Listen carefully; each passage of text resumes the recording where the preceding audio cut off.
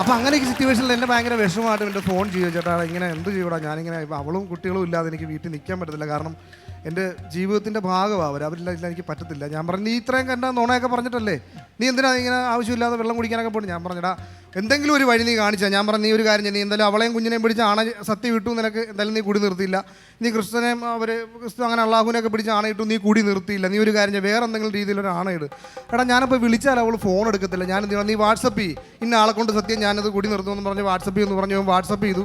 പിറ്റേ ദിവസം അവൾ തിരിച്ച് വാട്സപ്പിൽ മെസ്സേജ് അയച്ചേക്കുന്നത് നമുക്കിനി ഡിവോഴ്സ് ആവാമെന്ന്. അപ്പം ഞാൻ ചോദിച്ചു എന്നെ കാര്യമൊന്നും ചോദിച്ചു കേട്ടോ. അപ്പോൾ ഈ പൊട്ടൻ എഴുതി അങ്ങോട്ട് അയച്ചേക്കുക, നിനക്ക് ഇത്രയും നാൾ അറിയാൻ പോയായിരുന്നു എൻ്റെ ദേവിയാണ് ഞാൻ കുടിക്കത്തില്ലെന്ന്. ഈ ദേവി ഏതാന്ന് ചോദിച്ചോണ്ട് ഇനി ദേവിനെ വിളിച്ചോണ്ട് വീട്ടിൽ വന്നു കഴിഞ്ഞാൽ ഞാൻ തിരിച്ചു വരുവുള്ളൂ എന്ന് പറഞ്ഞാൽ അത് ഭയങ്കര പ്രശ്നം.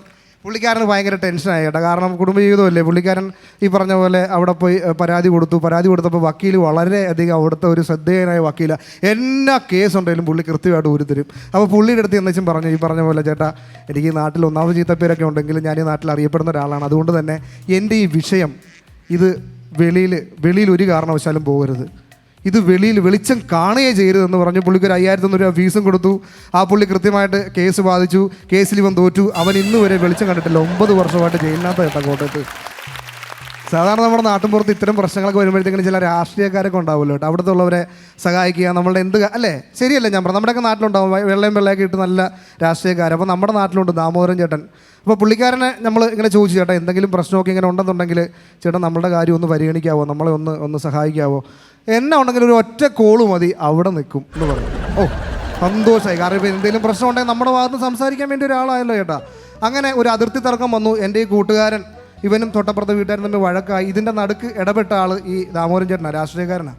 അപ്പോൾ ശരിക്കും പറഞ്ഞാൽ ഈ 2 വശത്ത് നിൽക്കേണ്ട ആൾ തന്നെ, ഒരു നിഷ്പക്ഷമായിട്ട് നിൽക്കേണ്ട ആൾ അവരുടെ കൂടെ നിന്നിട്ട് ഇവനെ തോൽപ്പിച്ചു. 2 ആഴ്ചയ്ക്ക് ശേഷം ചായക്കട വെച്ച് ഈ ദാമോദരൻ ചേട്ടനെ കണ്ടപ്പോഴത്തേക്കും ഇവൻ ചോദിച്ചു, ചേട്ടാ എന്നാ പരിപാടിയായിട്ട് കാണിച്ചേ, നമ്മൾ ഇത്രയും കാര്യമായിട്ട് പറഞ്ഞു, നിങ്ങളൊന്നൊരു വാക്കൊക്കെ പറഞ്ഞല്ലോ, നിങ്ങൾ വലിയ കാര്യത്തിൽ നിങ്ങൾ പറഞ്ഞല്ലോ, ഒരൊറ്റ കോള് മതി അവിടെ നിൽക്കുമെന്ന്. ഇപ്പോൾ പുള്ളി ഉടനെ എന്നെ വിളിച്ച് മാറ്റിയെടുത്തിട്ട് പറയും, എൻ്റെ പൊന്നു മക്കളെ രാഷ്ട്രീയമില്ല, എനിക്ക് വേറെ ജോലിയും കൂലിയൊന്നും അറിയത്തില്ലല്ലോ, ചില്ലറ കിട്ടാനുള്ള കോള് കിട്ടി, ഞാൻ അവിടെ നിന്നു, ഒരൊറ്റ കോള് കിട്ടിയപ്പോൾ ഞാൻ ആ ഭാഗത്ത് നിന്നു എന്നുള്ളത് പുള്ളി പറയുകയും ചെയ്തു. അപ്പോൾ ഈ രാഷ്ട്രീയക്കാരൻ ഒരു നാണവും ഇല്ലാതെ കേട്ടോ, ഇത്രയും നാൾ 5 വർഷം മുമ്പ് ജയിച്ചു പോയിട്ട് സ്വന്തം വീട് പോലും അറിയത്തില്ല, സ്വന്തം മണ്ഡലം നോക്കാത്ത രാഷ്ട്രീയക്കാരൻ പിന്നെയും വന്നപ്പോൾ എൻ്റെ അടുത്ത് പറഞ്ഞു, അനിയ എനിക്കിതുപോലെ വോട്ട് ചെയ്യണം, ഞാനിവിടെ എല്ലാ വികസനവും കാര്യങ്ങളും കൊണ്ടുവരും. ഞാൻ പറഞ്ഞു, ചേട്ടാ അവിടെ നിൽക്ക്, ഒരു കാര്യം പറഞ്ഞിട്ട് ചേട്ടൻ പോയാൽ മതി, ചേട്ടൻ ഈ പഞ്ചായത്തിൽ എന്നാ വികസനം ചേട്ടാ കൊണ്ടുവന്നത്, അതിനാണ് നീ പറഞ്ഞ നമ്മുടെ ആൽത്തറ ജംഗ്ഷൻ നിനക്കറിയാമോ. ഞാൻ പറഞ്ഞ ആൽത്തറ ജംഗ്ഷൻ എനിക്കറിയാം, എൻ്റെ ടൈലറിംഗ് ഷോപ്പ് അതിൻ്റെ അടുത്താണ്, അതിൻ്റെ വാതിക്കൽ റോട്ടിലൊരു കുഴി ഉണ്ടായിരുന്നില്ല. ഞാൻ പറഞ്ഞു കുഴി ഉണ്ടായിരുന്നു, ഞാനന്ന് വോട്ട് ചോദിക്കാൻ വന്നതില്ലേ. ഞാൻ പറഞ്ഞു, ചേട്ടൻ അന്ന് വോട്ട് ചോദിക്കാൻ വന്നതല്ലേ. ഞാൻ എങ്ങനെയാണ് അന്ന് വോട്ട് ചോദിക്കാൻ വന്നേ. ഞാൻ പറഞ്ഞു, ചേട്ടൻ ഈ കുഴി ഇങ്ങനെ കാല് കവിച്ച് വെച്ചാൽ വന്നേ. ആണല്ലോ, ഇന്ന് ഞാൻ വോട്ട് ചോദിക്കാൻ വന്നേക്കുന്നത് ഈ കുഴിയുടെ അങ്ങേയറ്റത്ത് നിന്ന് ഇങ്ങേയറ്റം വരെ ഞാൻ വള്ളം പിടിച്ചിട്ടാണ്. ഒന്ന് ആലോചിച്ച് നോക്കി കേട്ടോ ആ നാടിൻ്റെ ഒരു അവസ്ഥ എന്ന് പറഞ്ഞു കഴിഞ്ഞാൽ. അല്ല, ചില ആൾക്കാരുണ്ട് ഞങ്ങളുടെ അവിടെ ഒരാളുടെ വീടിൻ്റെ മച്ചിൽ ഒരു വിരൽ കടത്താവുന്നൊരു തുള.